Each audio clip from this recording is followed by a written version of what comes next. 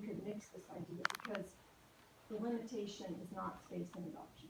The limitation is bringing working cats up, which is getting them ready for adoption. That's where the bottleneck is. The adoption, there's plenty of cages in adoption. Adoption's almost half empty for cats. So, based on what you just said, there's no need to take people to the back. The need is getting To get adoptable on that- cats into on that adoption. flow. Yes, yes. And just, I try not to let like emotion interfere too much with my work here, but Ann and I have just fallen in love with this wonderful cat that seems to have been forgotten down in intake, so we're kind of like crying. Come and get him. He's the one who brought get us to our. Yeah. Come and adopt him? No, foster him, take him home. Well, he doesn't No? have a shot. You want another cat? I think your husband's back there saying he wants another cat. Just a foster. I know that he's on the workup list, so if I could just go and press that magic button and sort that list by date, he'd be at the top of the list. Thank you. Real quick though, our medical director will be leaving us effective December 28th. So just wanted to let everybody know that we are going to be looking for a new shelter veterinarian. So, well, we're in the search for a new shelter. We're going to start, but we've already started. So. Well, we thank Dr. Gantry for his service. Oh, We yeah. appreciate the time Oh, yeah, that you spent definitely. here with us. And, where is she going? Asheville. I think. Yeah, probably. Will she be with us through the holidays? December 28th. So it's not taking off for the next 2 or 3? Do you have any update on the shelter? I know you met with the architects a few days ago. With the holidays, with Thanksgiving, we really did not have a chance to meet. I know the architects have been busy meeting with the civil engineers and the structural engineers and all engineers on the building, so we're still moving forward. Hopefully we'll get to meet next week and then figure out where we're at, and then can give an update on the next meeting, so. Just one more thing. It's not on the agenda, so I don't want to add it. I want to make sure it's on the agenda before we do it, but we'll need to elect our officers for this next year. And so we'll do that. We'll put that on the agenda in January, so the public knows we're going to do that. If you have any interest in serving in a leadership capacity, let someone know. I know Linda and I are willing to serve if we're asked to, but that's not a lifetime appointment. We'll serve one more year just because of our term limits will get us in April of 20. You get an idea. So by running our officers on a calendar year basis, if you do have a person who is term limited, you will have 4 months of overlap with whoever the chair is, which is a good thing, I think, for the organization. So there's some logic to how this is done. Okay, last month you had a design of the proposed, preliminary design of the new shelter. Is that available somewhere that we can look at? Do you know, is it on the website or anything?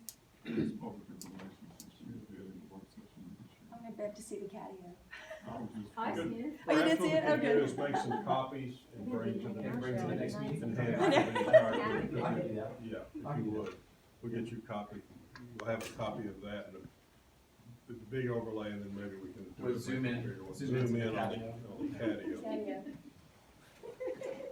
I don't know, but on the return to owner, does the microchip doesn't have a lot to do with that, or is it just? Yes, ma'am. Yeah, that's why I want to start tracking in 2019 what our officers are doing in the field with the RTOs, because the microchip is, we scan in the field and we return in the field, so that animal does not have to come into the shelter. But it would be nice to be able to track that, to just say that the microchips are really making an impact. I think we get new software, so we can keep, instead of, you can just go to the computer and pull everything up, Right. instead of going that full. Can I actually ask you a technical legal question that it sounded like came up at intake a couple days ago, but I didn't really listen too much to it, but it Okay. sounded like a good question. If a person's dog comes into the shelter and is there for more than 72 hours, so technically it's become the property of the county at that point, and reclaiming the animal as their own at that point is actually more expensive than adopting it back because of the boarding fees and everything. Can that person still ask to reclaim it as their own so that it is not spayed or neutered as an adopted animal would be? Is that their prerogative to request that? I think that it's case by case. Okay, okay.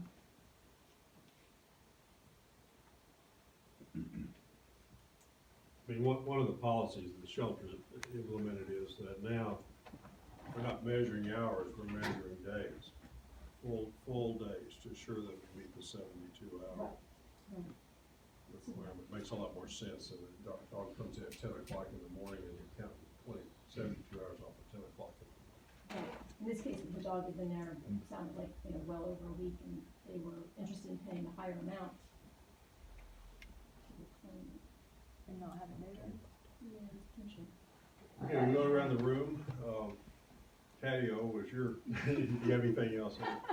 Patio, I'm gonna hang my personal hammock there. How about yourself? Anything to add? Linda? No, you're good. Brenda? Sorry for the confusion last time. I'm sorry.